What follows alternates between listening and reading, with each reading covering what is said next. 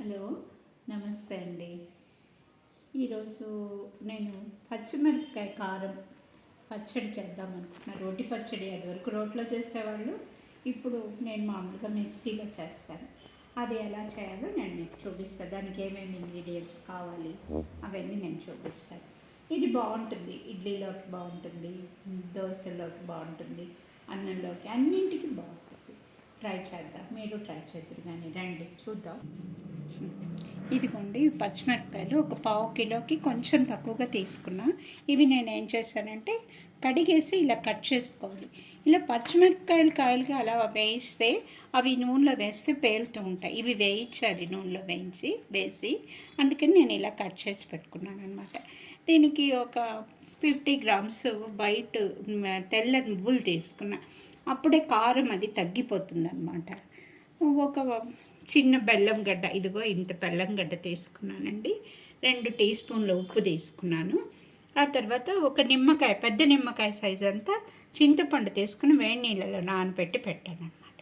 ఇప్పుడు ఏం చేయాలి అనేది నేను మీకు చూపిస్తానండి.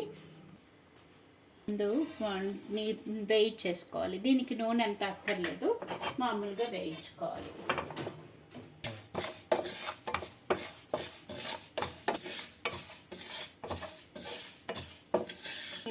ఇక ఇది అయిపోయినాయండి. ఇది నేను వేరే డిష్లోకి తీసేస్తున్నాను. పచ్చిమిరపకాయలు వేయించుకోవడానికి నూనె, దీనికి కొంచెం నూనె ఎక్కువ వేస్తేనే బాగుంటుంది. వేగాలి పచ్చిమిరపకాయలు, అందుకని 2 స్పూన్స్ పైన వేసుంటాను.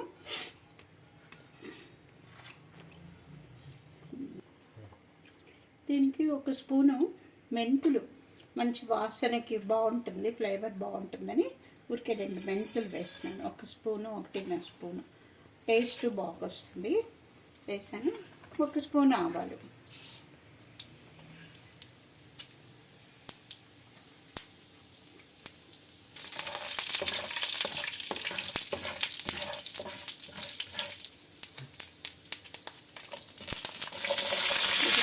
ఈ పచ్చిమిరపకాయలు కూడా ఇందులో వేస్తాను.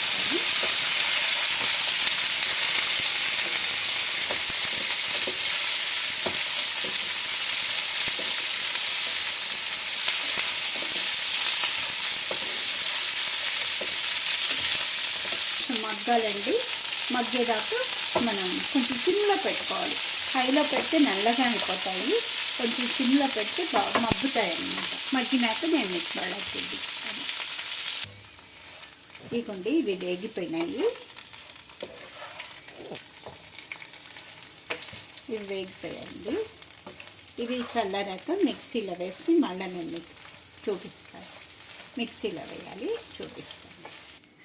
ముందు మనం నువ్వులు వేయించుకున్నాం కదండి, అవి పౌడర్ చేసేసుకోవాలి. చేస్తాను కదా, అది పొడైపోయిందండి. ఇప్పుడు ఇవి కూడా మనం ఇది రుబ్బేసుకుందాం. మిక్సీలో వేసేస్తాను. మరీ అంత విపరీతమైన మెత్తగా అక్కర్లేదు, అయినా వేసేసుకుంటున్నాను. ఇక ఈ బెల్లంని కూడా ఇందులో వేసేస్తున్నాను రుబ్బేటప్పుడు. ఈ ఉప్పు కూడా వేసేస్తున్నా. 2 స్పూన్స్ సాల్ట్ తీసుకున్నాను కదా, మళ్ళీ కావాలంటే కలుపుకుందాం. ఎక్కువైపోతే కష్టము, కొంచెం వేయాల్సి వస్తుందేమో అనుకుంటున్నా. నేను ఇది చింతపండు నానబెట్టాను అన్నాను కదా, నిమ్మపండు అంతది ఇందులో గింజలు ఏమన్నా ఉన్నాయేమో అని చూసి ఇది కూడా చేరి అన్నీ మిక్సీలో వేస్తానండి. చూపిస్తాను. చింతపండు వేసేస్తాను, ఉప్పు వేసా, బెల్లం వేసా. ఇప్పుడు అన్నీ కలిపి మిక్సీలో రుబ్బేద్దాం. అంటే ఒకేసారి మెత్తగా వేయకూడదండి, కొంచెం కొంచెం వేసి ఆపుతూ చేసుకోవాలన్నమాట. అప్పుడే మరీ మెత్తగా అవ్వకుండా ఉంటుంది.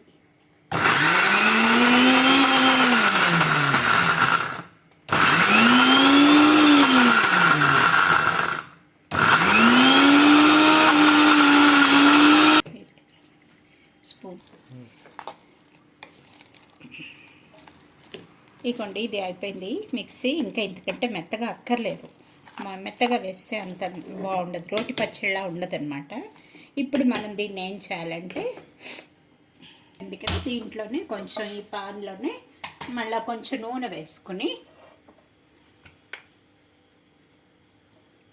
ఇప్పుడు కూడా ఒక 2-3 స్పూన్స్ నూనె వేసుకోవచ్చమ్మా.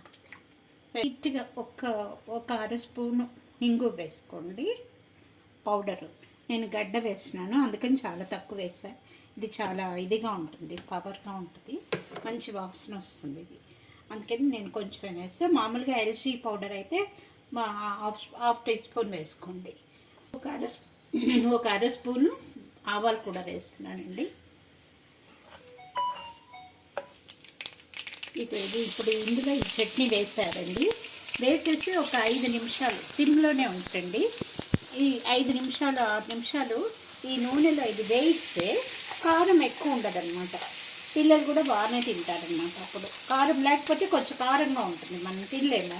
అందుకని ఇలా వేయించేసుకోవాలి దీన్ని. అది కాక ఇలా వేయించుకున్నాం అనుకోండి చాలా రోజులు కూడా ఉంటుంది. నిమిషాలన్నా వేయించాలి. సిమ్లో పెట్టుకోవాలండి, హైలో పెట్టకూడదు. ఈ నూనె అంతా మళ్ళీ తిరిగి బయటకు వచ్చేటట్టుగా చూసుకుని వేయించుకోవాలి మనం.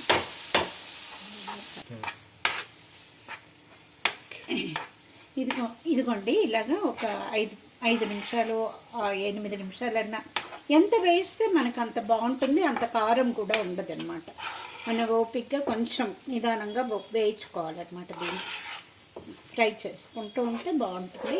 కొంచెం కావాలంటే ఇంకొంచెం కూడా నూనె వేసుకోవచ్చు. అప్పుడు మనం తినేటప్పుడు నూనె అది తక్కువగా కలుపుకుంటే సరిపోతుంది.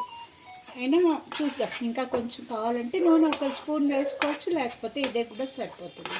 ఇంకో 2-3 నిమిషాలు పడుతుందండి, ఇంకో 5 నిమిషాలు పడుతుంది. ఓకే అండి, ఇదిగోండి ఆంధ్ర స్టైల్ పచ్చిమిరపకాయ పచ్చడి అనమాట.